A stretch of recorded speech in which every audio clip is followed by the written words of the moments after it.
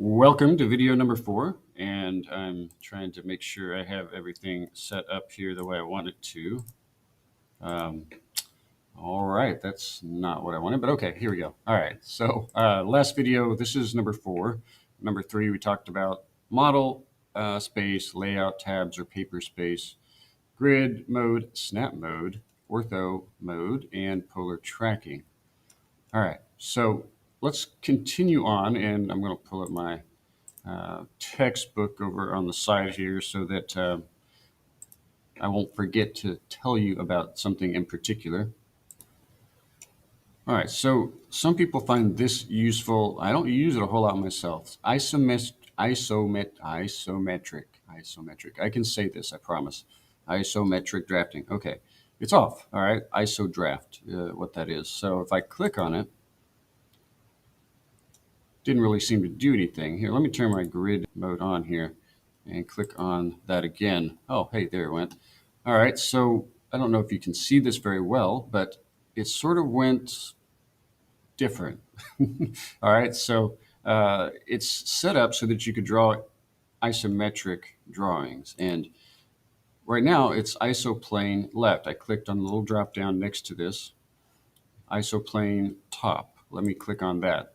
So the way this would work, I'll go ahead and turn my snap mode on, for instance, and we'll start the rectangle command, which we'll talk about at length later. And if I do that, I realize, no, I don't really want to use rectangle. I'm going to use the polyline command so that I can sort of draw along the lines here, the grid lines, and you can draw like an isometric sort of figure. I could keep going, and eventually it would begin to take shape some, hopefully. And this is not some sort of symmetrical object, by the way, okay? But like an isometric sort of box, for instance, okay? And if I try to draw a circle, it will still be a circle, okay? You'd have to do something different to get the ellipse on there, like an oval shape, okay?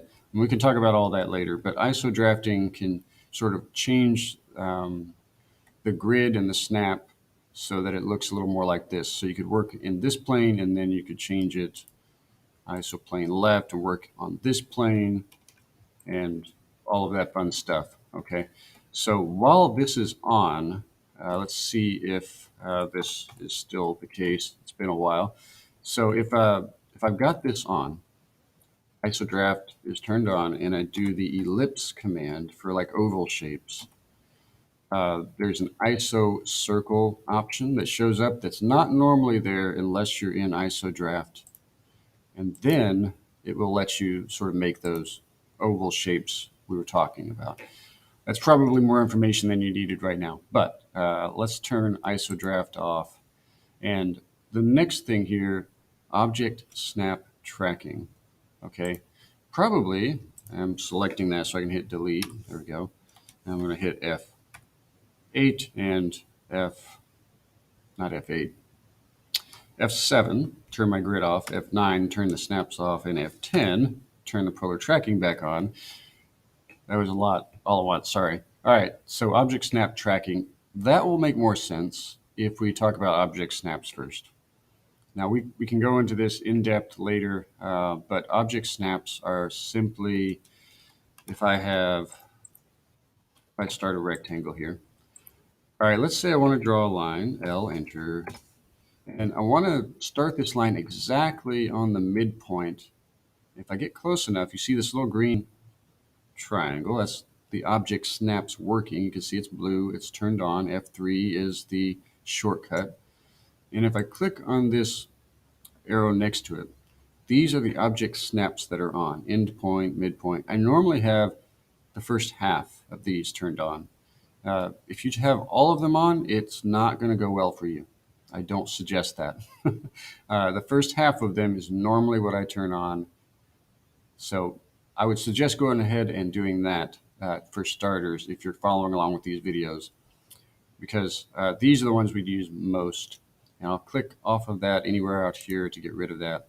So the little green triangle, that means it's going to, if I see that, I can click And it's going to start that line exactly on that midpoint.